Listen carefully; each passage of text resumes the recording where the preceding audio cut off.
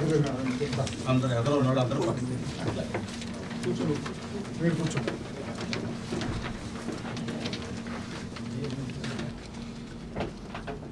సంఘాల ఐక్యత వర్ధిల్లాలి వర్ధిల్లాలి ఆంధ్రప్రదేశ్ మాదిగ సంఘాల ఐక్యత వర్ధిల్లాలి వర్ధిల్లాలి నారా చంద్రబాబు నాయుడు గారి నాయకత్వం వర్ధిల్లాలి ఉంటూ ఉండేవాడిని.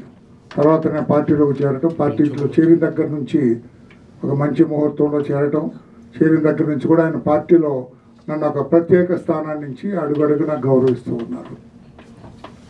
అప్పుడే నేను ఆయన దగ్గర గమనించాను. నేను మాదిగల పట్ల మాట్లాడుతున్నప్పుడు ఆయన జనరల్గా ఆయన మనసులో మాట ఎప్పుడు బయట పెట్టరు. ఆయన మనసులో మాట బయట పెట్టేది ఈయన ఒక్కడి దగ్గరే, జనార్దన్ గారి దగ్గర తప్పితే మిగతా ఏ నాయకుల దగ్గర కూడా ఆయన బయట పెట్టరు ఆయన.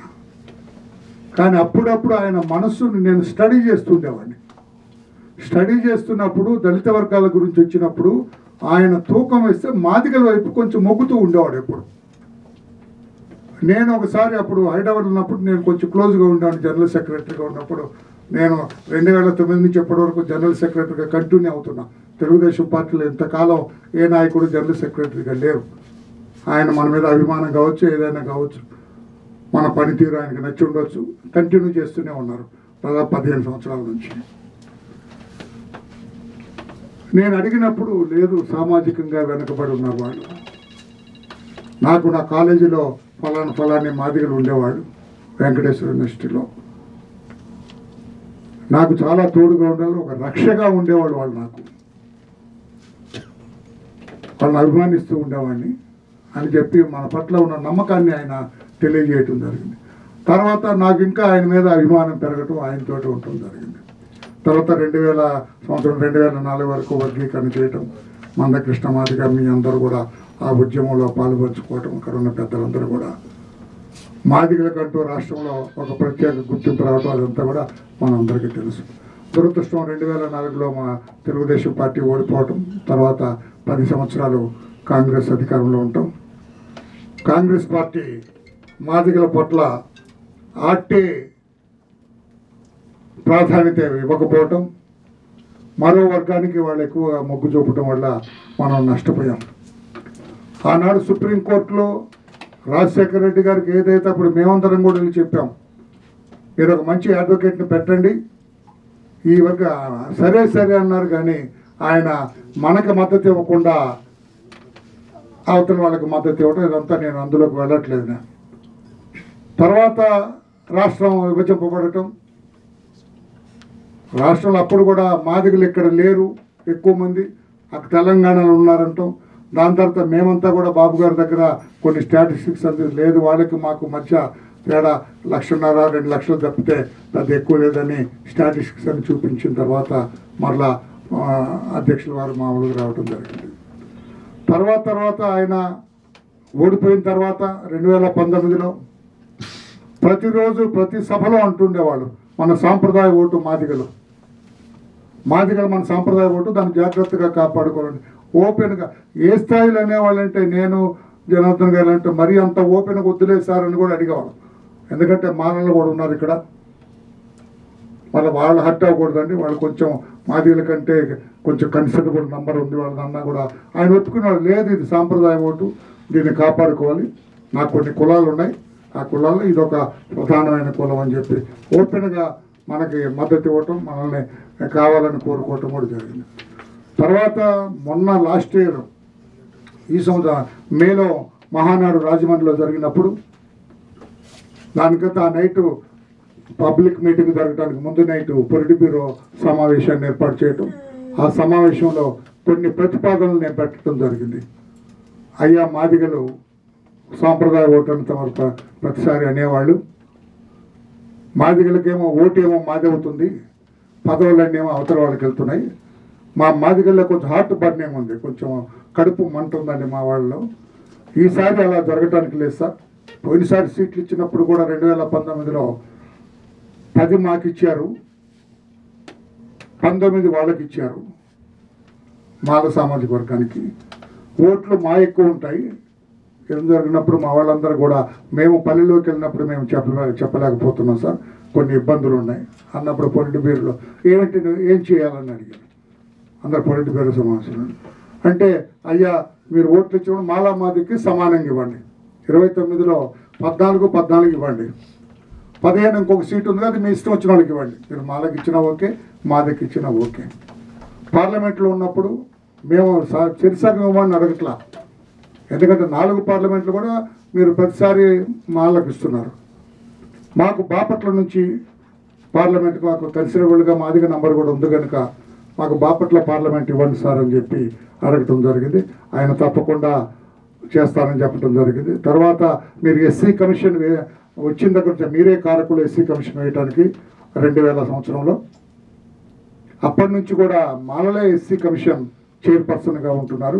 ఈసారి మన అధికారంలోకి వచ్చిన వెంటనే మాదిగల్లో కూడా చాలామంది మేధావులు ఉన్నారు, మాదిగల్లో కూడా అర్హులైన వాళ్ళు చాలామంది ఉన్నారు, మాదిగలకు ఇవ్వండి అని కోరటం జరిగింది. ఆయన అప్పటికప్పుడే తప్పకుండా ఇస్తాను.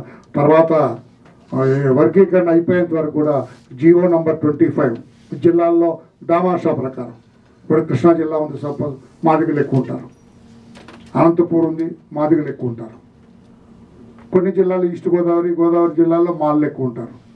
మాళ్ళు ఎక్కువ ఉన్న చోట వాళ్ళకి కొంచెం ఎక్కువ వెళ్తుంది, మాదిగలు ఉన్న చోట నేను చెప్పడం జరిగింది. వీటన్నిటికి కూడా అధ్యక్షులు వారు అంగీకరించడం జరిగింది. నెక్స్ట్ డే పబ్లిక్ మీటింగ్లో కూడా చెప్పారు, మాదిగలు నన్ను కోరికలు కోరారు, అవన్నీ కూడా తప్పకుండా అధికారంలోకి వస్తే చేస్తానని చెప్పడం. తర్వాత బీజేపీ ఎప్పుడైతే మోడీ గారు ప్రధానమంత్రి గారు వర్గీకరణ చేస్తానని హైదరాబాద్ సభలో చెప్పిన తర్వాత మేము మరలా కొంతమంది ముఖ్య నాయకులు మాదిగ వర్గం నుంచి వెళ్ళి అధ్యక్షుల వారి దగ్గరికి వెళ్తే బీజేపీ చేసినట్లయితే తప్పకుండా మనం మా తెలుగుదేశం పార్టీ కూడా మద్దతు ఇస్తామని చెప్పడం. తర్వాత ఎన్నికల్లో మీరందరూ ఏ రకంగా ఇవ్వటం జరగటం జరిగింది. తర్వాత ఒకసారి మందకృష్ణ గారు అధ్యక్షుల వారిని కలవటం జరిగింది. మీకు వాస్తవాలు కూడా చెప్పాలని ఉద్దేశం, నేను కొంచెం ఏది దాచదలుచుకోలేదు. మందకృష్ణ గారు కూడా కలిసి ఆయన కూడా బేషరతుగా నేను మీకు మద్దతు ఇస్తానండి తెలుగుదేశం పార్టీకి, గతంలో ఏదన్నా చిన్న ఏమన్నా కూడా దయచేసి అవన్నీ మర్చిపోండి. వైఎస్ఆర్ పార్టీ మమ్మల్ని చాలా అవమానపరిచింది అడుగడుగున. మేము మాదిగలంటూ ఉన్నామని కూడా గుర్తించలేదు వైఎస్ఆర్ పార్టీ. అటువంటి పార్టీకి వెళ్ళే సమస్య లేదు. మాకు గుర్తింపు లేనప్పుడు, మాకు గౌరవం లేనప్పుడు మేము వెళ్ళే సమస్య లేదు. మీరు మాకేమి చేయక్కర్లా, బేషరతుగా తెలుగుదేశం పార్టీకి మేము మద్దతు ఇస్తాం, మిమ్మల్ని అధికారంలోకి తీసుకురావడానికి మాదిగ సంఘాలన్నీ చేస్తామని ఆయన వరకు ఆయన చెప్పాడు. చంద్రబాబు గారు కూడా నువ్వు బేషరతుగా నువ్వని చెప్పినా కూడా తప్పకుండా మాదిగలకు కావాల్సిన అన్నీ కూడా నేను చేస్తాను, నీ చేతిలో ఏదో పేపర్ ఉందో నాకు ఇయ్యని ఆయన లాక్కున్నాడు కృష్ణ దగ్గర నుంచి. ఇసుకొని ఇవన్నీ నీకు కావాలా అన్నారు. కావాలి సార్, తప్పకుండా అన్నీ చేస్తాను. నేను వర్గీకరణ విషయం కూడా నా దృష్టిలో ఉంది, తప్పకుండా చేస్తాను. మాదిగలు ఆర్థికంగా, రాజకీయంగా, సామాజికంగా కూడా పైకి రావడానికి నా వంతు నేను కృషి చేస్తానని మందకృష్ణ గారికి కూడా అప్పుడు అభయం ఇవ్వడం జరిగింది. ఆయన కూడా చాలా సంతోషంగా అక్కడి నుంచి వెళ్ళిపోయారు. వెళ్ళిపోయిన తర్వాత అధ్యక్షులు వారు మరలా మా ఇద్దరిని పిలిచారు. పిలిచి ఇంకా చాలామంది స్ప్లింటర్ గ్రూప్స్ ఉన్నాయి, మందకృష్ణ ఒక్కడే కాదు కదా, ఇంకా మాది గ్రూప్ ఉన్నప్పుడు మనవాడి పేరు కూడా పేరుపో వెంకటేశ్వరరావు లాంటి వాళ్ళు ఉన్నారని ఆయన కూడా పేరు చెప్పడం కూడా జరిగింది.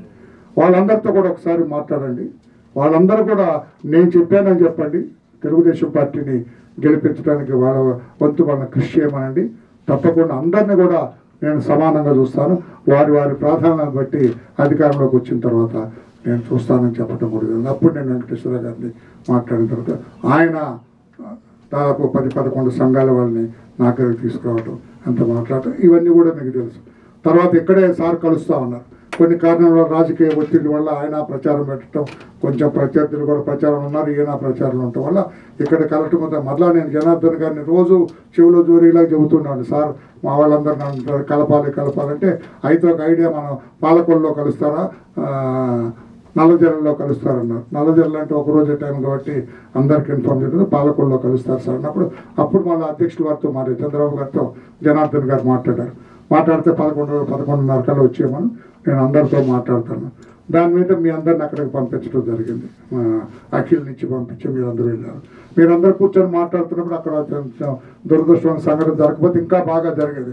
అయినా కూడా మీకు ప్రాధాన్యత ఇచ్చి అధ్యక్షులు వారు మీ అందరితో మాట్లాడటం, మీ అందరితో ఫోటోలు ఇవ్వటం అన్నీ పేరుపోగనికి వెంకటేశ్వర గారు అంతా చెప్పారు. మీరందరూ కూడా అంత సంతోషంగా మాట్లాడారు మాతోటి. మీరందరూ వెళ్ళిపోయిన తర్వాత చాలా బేషరతుగా నేను చెప్పకముందే వాళ్ళంతటి వాళ్ళే మిమ్మల్ని గెలిపిస్తాం సార్, తెలుగుదేశం పార్టీ చేస్తామని చేస్తామని చెప్పారు. చాలా సంతోషంగా ఉంది నాకు. వాళ్ళందరి పేర్లు, వాళ్ళందరూ కూడా ఎవరెవరో పార్టీకి మద్దతు ఇచ్చారు, వాళ్ళందరి పేర్లు కూడా నోట్ చేసుకోండి.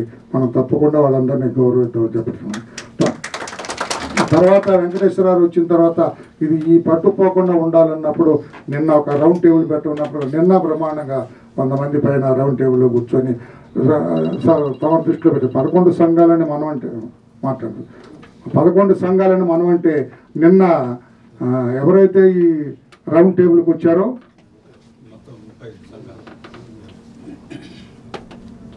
తమ దృష్టిలో పెట్టి 11 సంఘాలతో రౌండ్ టేబుల్ స్టార్ట్ చేస్తే 35 సంఘాల వాళ్ళు వచ్చారు. మేము మా దగ్గరనే మేము ఇక బేషరతుగా ఇస్తే అక్కడ పోయాక అంతకుముందు వాళ్ళకి రౌండ్ టేబుల్ పెట్టారు సార్. అందులో కొంతమంది పాల్గొన్నారు. అయినా మాకు అక్కర్లేదు, వర్గీకరణ చేస్తాను, మా దగ్గర ప్రాధాన్యత చేసి చంద్రబాబు గారే ఆయన మాట్లాడిన తీరు ఇది ఉంది, ఇక్కడికే వస్తాం అక్కడికి వెళ్ళేది వాళ్ళు కూడా జాయిన్ చేస్తారు. ఇప్పుడు టోటల్గా 35 ఐడెంటిఫైడ్ సంఘాల వాళ్ళు రౌండ్ టేబుల్లో ఉన్నారు. మనం అంతా కూడా మాట్లాడారు. ఈ రోజున వాళ్ళందరూ కూడా మేము చేస్తాము, 35 సంఘాలు కూడా చేస్తామని ఇక్కడ చెప్పడం కోసం మన ఇద్దరిని కలవాలనే ఉద్దేశంతో వీళ్ళందరూ ఇక్కడికి రావడం జరిగింది సార్. మా సోదరులందరూ కూడా బేషరతుగా ఏమీ ఆశించట్లేదు. మీరు మా పట్ల మీకు ఒక అభిప్రాయం ఉన్నది కనుక అధ్యక్షులు వారు మీరు ఆ రకంగానే చేయండి. మేము మాత్రం తెలుగుదేశం పార్టీ గెలవటానికి మా శాయశక్తులు డోర్ టు డోర్ ఎవరి మాదిగా డోర్ విల్ టచ్, ప్రతి మాదిగా ఇంటిని మేము టచ్ చేస్తాము అని చెప్పి వీళ్ళందరూ కూడా నిన్న రౌండ్ టేబుల్లో చెప్పారు సార్. ఇప్పుడు మీరు రాకముందు జరిగిన దాంట్లో కూడా అందరు నాయకులు కూడా ఏకాభిప్రాయంతో చెప్పినారు. మీరు మాకు ఏదన్నా కొంచెము మేము కూడా ఆర్థికంగా ఇది ఉన్నవాళ్ళం కాబట్టి మాకు కావాల్సిన వనరులు ఏంటో మీరు చేయండి అంటే మేము తప్పకుండా తెలుగుదేశం పార్టీ మాకు రాజకీయ పార్టీ అంటూ మాకుంటే తెలుగుదేశం పార్టీ అన్న అభిప్రాయంతో మేమంతా మాదిగా తెలుగుదేశం మాదిగా అన్న లైన్లో వాళ్ళు ముందుకెళ్తానికి కూడా నిర్ణయం తీసుకున్నారు సార్. మీ దగ్గర మాట్లాడితే వాళ్ళకి సంతోషంగా ఉంటుందంటే సార్ నేను పిలుస్తాను సార్ కూడా నేను ముందే చెప్పాను.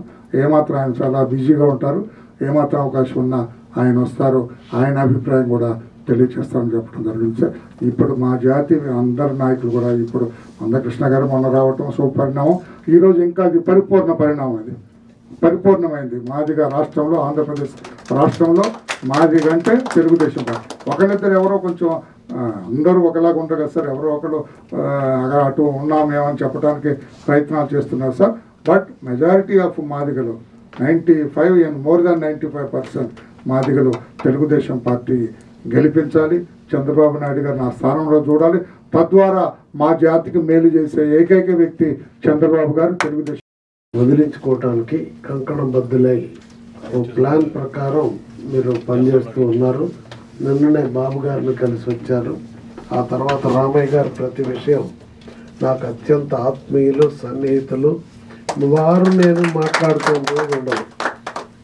ప్రతిరోజు పూర్వం ఎర్రనాయుడు గారితో మాట్లాడేవాడిని, అట్లా నాతో మాట్లాడుకోకుండా పడుకునేవాడు కాదు. అట్లే అంత సన్నిహితమైనటువంటి మీ ఇష్యూస్లో, మీ సమస్యల మీద నిరంతరం ఓ పక్క పనిచేస్తూ ఉన్నాడు. ఆయన కృషి ఎంతో ఉంది. ఇప్పుడు దీనిలో తెర వెనుక ఆయన మాకు ఇచ్చిన ఫీడ్బ్యాక్ వల్లనే అటు మందకృష్ణ గారిని కోఆర్డినేట్ చేసాం, ఇప్పుడు మిమ్మల్ని కోఆర్డినేట్ చేసాం. అలానే పేరుపోము చంద్రబాబు గారు పాదయాత్ర చేసినప్పుడు మహబూబ్ నగర్లో ఎంటర్ అయినప్పుడు ఆయన పాత్ర కీలకమైంది. అప్పుడు నేను విజయవాడలో ఉంటే తమ్ముడిని తీసుకొని పోయి అక్కడ కార్యక్రమం చేశాడు. ఆనాటి నుంచి ఈనాటి వరకు ప్రతిసారి నాకు అత్యంత సన్నిహితుడు. మీలో కూడా చాలామంది తెలుసు, ఫేస్లన్నీ, వంశీ కూడా తెలుసు. అట్లా ఏదేమైనా మీ అందరికీ రాజ్యాంగం ద్వారా ప్రభుత్వాలకి ఇంకా రావాల్సిన ఫలితాలు రాలా. అంబేద్కర్ ఏం ఆశించాడో అవి మీకు చారాలంటే ఇది ఒక మార్గం. ఈ మార్గాన్ని మరి మీరందరూ కోరారు, బాబు గారు అంగీకరించారు. మధ్యలో ఆటంకాలు ఎన్ని వచ్చినా ఈరోజు మోడీ గారు సంకల్పంతో ఉన్నారు. పైన ఫినిషింగ్ దశలో ఉంది, పూర్తి కాబోతా ఉంది. దీనికి ఆద్యుడు చంద్రబాబు నాయుడు గారు, అటు మందకృష్ణ మాదిగ కూడా స్టార్ట్ చేశారు. కనుక మీ కళ నెరవేరబోతుంది, తద్వారా మీ జాతి ఉద్ధరించబడుతుంది. కనుక దీనికి స్వతంత్ర పోరాటంలో బ్రిటిష్ వాళ్ళని పారదోలటానికి ఆ రోజు కులాలు మతాలు ప్రాంతాలు లేకుండా ఎలాగైతే మనందరం పోరాడినమో ఈరోజు అంతటి దీక్షతో పోరాడాల్సిన సమయం ఆసన్నమైంది. ఎందుకు ఈ మాట అంటున్నానంటే మీరు బాగా ఆలోచించండి. బ్రిటిష్ వాడిని ఎందుకు మనం పారదోలాం? నిరంకుశంగా పరిపాలించాడని, నియంత పాలన చేశాడని, స్వేచ్ఛా స్వాతంత్రాలు లేవని, మాక్ స్వాతంత్రం లేదు, పత్రికా స్వాతంత్రం లేదు. ఆ విధంగా ప్రజల్ని అణిచిపెట్టి అరాచకాలు సృష్టించాడని, 2 మన దేశ సంపదని కొల్లగొట్టాడని, లూటీ చేశాడని, మన సంపద కాపాడుకోవటానికి స్వేచ్ఛా స్వాతంత్రాలు నిలబెట్టుకోవటానికి మనం ఆ రోజు పాల్గొనాం. ఈరోజు జగన్ పాలనలో అంతకేమన్నా తక్కువ ఉందా? మీరు ఆలోచించండి. స్వేచ్ఛగా మాట్లాడే ఇది ఉందా? మీరు ఫోన్లో ఎవరితోనన్నా స్వేచ్ఛగా మాట్లాడగలుగుతున్నారా? స్వేచ్ఛగా మీరు ఏమన్నా పోస్టులు షేర్ చేయగలుగుతున్నారా? అట్లానే మీ భావాలు వ్యక్తీకరించడానికి మీటింగులకు పర్మిషన్లు ఇస్తుందా? మరి ఎందుకు ఈ పాలన? బ్రిటిష్ వాడికి ఆయనకి తేడా ఏంటి? నిరంకుశత్వం, అరాచకం, నియంత విషయంలో తెల్లోడిని మించిపోయాడు. అంతేకాదు సంపద లూటీలో ఇసుక లూటీ, మట్టి లూటీ. ఎక్కడన్నా చూసారా మట్టి? పోటీలు పడి వైసీపీ లీడర్లు లూటీ చేసి అమ్ముకుంటా ఉంటే ఈ పొలం ఆ పొలం అని లేకుండా ప్రభుత్వ స్థలాలు మొత్తం స్థలాలు కబ్జా, ఎక్కడ ఆస్తులుంటే అక్కడ లూటీ. అదేవిధంగా గనులన్నీ లూటీ, వాళ్ళే లూటీ చేస్తున్నారు. అట్లనే మందు, ఇక మందు అంటారా, ప్రజలకి సొంత బ్రాండ్ తయారు చేసి బలవంతంగా తాగిచ్చి దాని ద్వారా ఆదాయాన్ని, వేల కోట్ల రూపాయల ఆదాయాన్ని లూటీ చేస్తున్నారు. ఆరోగ్యం అనారోగ్యం పాలవుతున్నారు పేదలంతా. 57,000 మంది అనారోగ్యం పాలయ్యారు. 35,000 మంది, 35 లక్షల మంది అనారోగ్యం పాలయ్యారు. 57,000 కోట్లు లూటీ చేశాడు పేద ప్రజల సొమ్ము. మందు తాగేది ఎవరయ్యా? కూలీలు, పేదలే కదా. వీళ్ళ సొమ్ము లూటీ చేశాడు. అధిక ధరలు. మన రాష్ట్రంలో ఉన్న మద్యం ధర కంటే తమిళనాడులో తక్కువ, కర్ణాటకలో తక్కువ, తెలంగాణలో తక్కువ, అందరికంటే ఒరిస్సాలో తక్కువ, మంది ఎక్కువ. పోనీ నాణ్యత ఉందా ఇందులో? నాణ్యమైన బ్రాండే దొరకదు. ఎవరైనా నాణ్యమైన బ్రాండ్లు ఇచ్చి నాసిరకం బ్రాండ్లను కంట్రోల్ చేస్తారు. ఇక్కడ పోలీసుల్ని పెట్టి బార్డర్లో నాణ్యమైన బ్రాండ్ రాకుండా ఆపుతారు. ఇది ఈ ప్రభుత్వం యొక్క ప్రత్యేకత. బయట దేశాల నుంచి మన దేశం కంటే నాణ్యమైన మందు మనిషి వస్తే ఒక 2 బాటిల్ తీసుకురావడానికి అనుమతి ఉంది. దేశంలో చట్టాలు, అంతర్జాతీయ చట్టాలు ఒప్పుకుంటున్నాయి. కానీ మన జగన్ చట్టం నాణ్యమైన బ్రాండు ఒక్క సీసా తెచ్చినా నీ కార్ని నిన్ను జైల్లో వేస్తాడు. అంటే తనకు ఆదాయం తగ్గుతుందని. అది సంగతి. అట్లా ఇక చెప్తా పోతే అన్నా చివరికి సెక్రటేరియట్ ఎవడన్నా తాకట్టు పెడతాడా? ఇది అది అని లేదు. వాళ్ళు తాకట్టు పెట్టంది ఆడుంది, అప్పు తేంది ఆడుంది. 20 ఏళ్ల దాకా తాగబోయే మందు మీద ముందే అప్పు తీసుకున్నాడంటే ఇంక ఈయన ఏం చెప్పాలా బాబు? ఇవన్నీ ఎవరు కట్టాలా?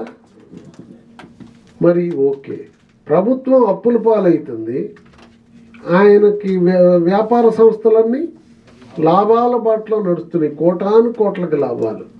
పత్రికలన్నీ జనరల్గా నష్టాల్లో ఉంటాయి, మీకు తెలుసు కదా. కానీ సాక్షి పేపర్ లాభంలో నడుస్తుంది, 100 కోట్లు. ఏంటి రహస్యం? ఏంటి ఈ రహస్యం? ఏందో 10 ఏళ్ల నాడు ప్రభుత్వంలోకి రాకముందు మీ ఆస్తి ఎంత? అరే ఇల్లానికి ఇళ్ల స్థలమే లేదంటే మరి ఇవాళ ఇన్ని 100 పరిశ్రమలు ఎట్టొచ్చినాయి, ఇన్ని వేల కోట్లు, లక్షల కోట్లు ఎట్టొచ్చినాయి. ఆయనకి ఇల్లు లేని ఊరుందా? బెంగళూరులో ఇల్లు, హైదరాబాద్లో ఇల్లు, విజయవాడలో ఇల్లు, కడపలో ఇల్లు, ఇడుపులపాయలో ఇల్లు, విశాఖపట్నంలో ఇంద్రభవనంగా 500 కోట్లతో కట్టారు. చూడండి, 500 కోట్లతో ఇల్లు కడతాడా? ఎవరు సొమ్ము ఇదంతా? జనం సొమ్ము. ఎట్లా మనం నిద్ర మేల్కోకపోతే ఏమిటి అరాచకం? మీకేమో పేదవాళ్ళకి ఇళ్ల స్థలాలు ఇస్తే సెంటు స్థలం ఇస్తాడు. సెంటులో భార్య, భర్త, కొడుకు, కోడలు ఉండటానికి వీలైద్దా? మంచం పట్టుద్దా? మళ్ళీ దాంట్లో ఆ రోడ్డు ఎట్టుంటుంది? తెలుగుదేశం టైంలో 3 సెంట్లు ఇచ్చాం, ఈయన సెంటు ఇస్తాడు. ఆ రోడ్డు సన్నగా ఉంటుంది. ఈయన ఇంటి దగ్గరికి పోయే రోడ్డు ఎట్టుంది? పేదోళ్ళు గుడిసెలేస్తే తీసి 6 లైన్ల రోడ్డు వేసిండు. లోనకు పోయేది ఎంతమంది? భార్య, భర్త, ఓ 10 మంది పోవటానికి అంత రోడ్డు. కాలనీలో 1000 మంది ఉంటే రోడ్లు సన్నగా ఉంటాయి. ఏమిటి న్యాయం? అంటే వీళ్ళని మీకు ఎరేసి ఓటు కొట్టేస్తుండ్రు. ఇందులో ఈ మైకంలోంచి బయటికి తీసుకురావాలి మనం. ఆయన తాతగాడు జాగిరి తెచ్చి ఇచ్చాడు. ఎవరు డబ్బులు అయ్యి? ఆయన కంపెనీలో డబ్బులు ₹1 ఇచ్చిండా? ఇలేదుగా. మొత్తం మనం కడుతున్న పన్నులేగా. ఇడుపులపాయలో 100 ఎకరాల పేద దళితుల యొక్క అసైన్డ్ భూములన్నీ లాక్కున్నారు కదా వాళ్ళ కుటుంబం. వెనక్కి ఇచ్చారా? ఎందుకు ఇలా? మళ్ళీ వీళ్ళు పేదవాళ్ళ గురించి మాట్లాడతారు, మనం నమ్ముతాం. ఏంటి అరాచకం?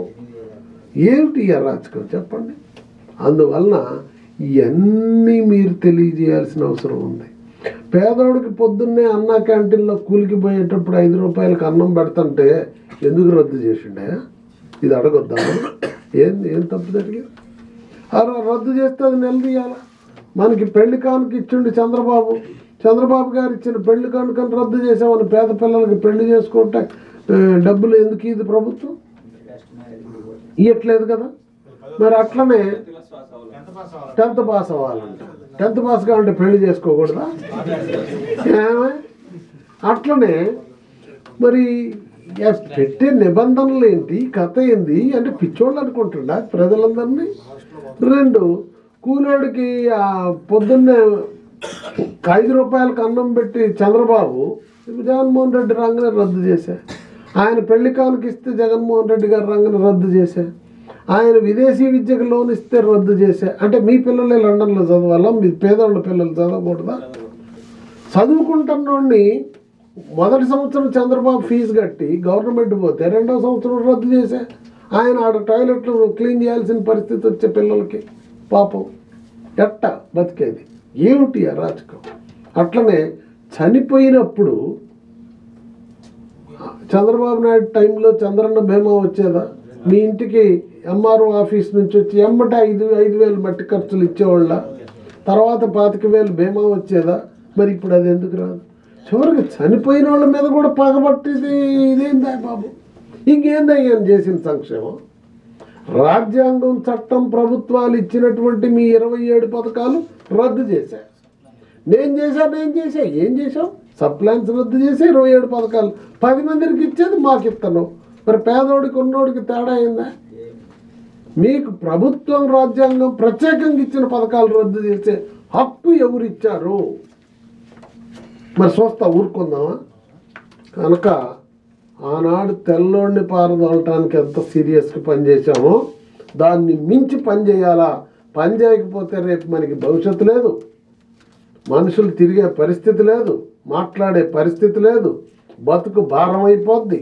అందువలన మన స్వేచ్ఛ కోసం, స్వాతంత్రం కోసం, మన పిల్లల భవిష్యత్తు కోసం మనందరం నడుం కట్టి పనిచేయాలా.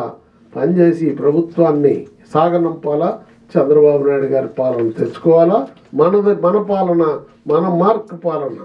అందుకని మీ అందరు దీనికి నడుం కట్టినందుకు ముందు మీకై మీరు వచ్చినందుకు చెప్పారు రామయ్య గారు. ముందు ఇన్ని సంఘాలంటే అన్ని సంఘాలు వచ్చేసినాయి, 35 సంఘాలు. చాలా శుభపరిణామం. మీరందరూ యాక్షన్ ప్లాన్ ఇవ్వండి. ఎట్లా పర్యటన చేస్తారు, ఎట్లా సమావేశాలు పెడతారు, ఎట్లా చైతన్యం చేస్తారు అనేది మీరు రాసి ఇచ్చినట్లయితే దానికి తగిన విధంగా మా నియోజకవర్గ ఇన్ఛార్జీల అభ్యర్థులందరికీ తెలియజేసి మనం పనిచేసి ఈ ప్రభుత్వాన్ని సాగనంపుదాం, స్వేచ్ఛా స్వాతంత్రాలు సంపాదిద్దామని తెలియజేస్తూ మీరందరూ ముందుకు వచ్చినందుకు పేరు పేరున అభినందిస్తూ నమస్కారం. నిన్న సార్లు కలవటానికి పోయిన వాళ్ళ జాబితా తయారు చేసి రామయ్య గారికి ఇవ్వండి, లైబ్రరీలో భద్రపరుద్దాం. ఇది చరిత్ర.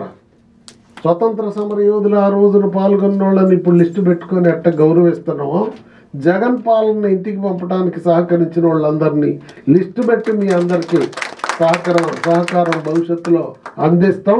ఆ బాధ్యత మేమిద్దరం తీసుకుంటామని తెలియజేస్తాం.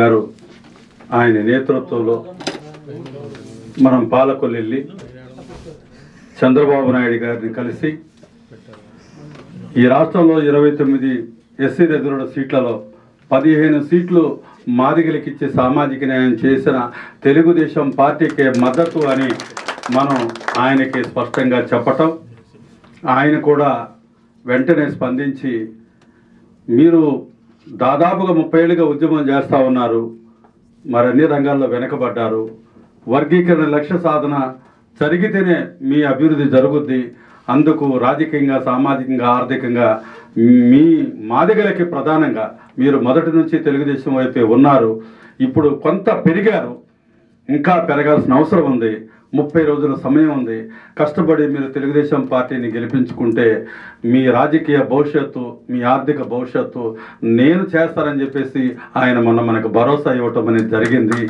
ఈరోజు పత్రికలో ఈరోజు చూసిన తర్వాత కానీ నిన్న మనందరం రౌండ్ టేబుల్ సమావేశం పెట్టి ఆ రోజున 10 సంఘాలు వెళ్తే నిన్న 35 సంఘాలు వచ్చాయి, ఇంకా మేము వస్తామని చెప్పి ఫోన్లు చేసినటువంటి వాళ్ళు కూడా ఉన్నారు. అంటే తెలుగుదేశం వైపు మాదిగలు ఈసారి చూస్తున్నారని ఖచ్చితంగా మనకు అర్థమవుతుంది. తెలుగుదేశం పార్టీని గెలిపించుకునే విషయంలో చంద్రబాబు గారు గెలిపే అది మాదిగల గెలుపుగా మనం భావిద్దాం.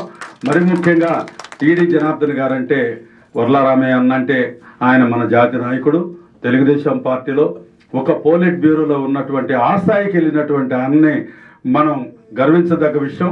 అదేవిధంగా టీడీ జనార్దన్ గారంటే నాకు అత్యంత అభిమానం, ఎందుకంటే ఆయన ప్రతి విషయంలో కూడా మీకు అన్యాయం జరిగింది, మీరు అభివృద్ధి కావాలి, మీరు సంఘటిత పడాలి, తెలుగుదేశం పార్టీ బడుగు బలహీన వర్గాల పార్టీ, కులాలుగా చూసుకున్నప్పుడు అట్టడుగున ఉన్నటువంటి మాదిగలకి చంద్రబాబు గారు అంటే మీరంటే మంచి ప్రేమ అభిమానం, మేము కూడా అలాగే ఉంటాం, మీరు కూడా ఐక్యంగా పనిచేసి తెలుగుదేశం పార్టీని గెలిపించండి అని అనేక మార్లు చెప్పారు. అందుకు నేను చెప్పే మాట ఏంటంటే ఎస్సీ సంక్షేమాన్ని పూర్తిగా నిర్వీర్యం చేసిన, 27 పథకాలు రద్దు చేసిన, ఎస్సీ ఎస్టీ సప్లాన్ నిధులు దారి మళ్లించిన, దళితుల మీద దాడులు జరిగినా పట్టించుకొని ఈ రాక్షస పాలన జగన్మోహన్ రెడ్డి ప్రభుత్వాన్ని ఇంటికి సాగనంపేంత వరకు కూడా మనందరం ఎన్నిదిరిగే ప్రసక్తి లేదు. 26 జిల్లాల్లో కష్టపడి పనిచేద్దాం.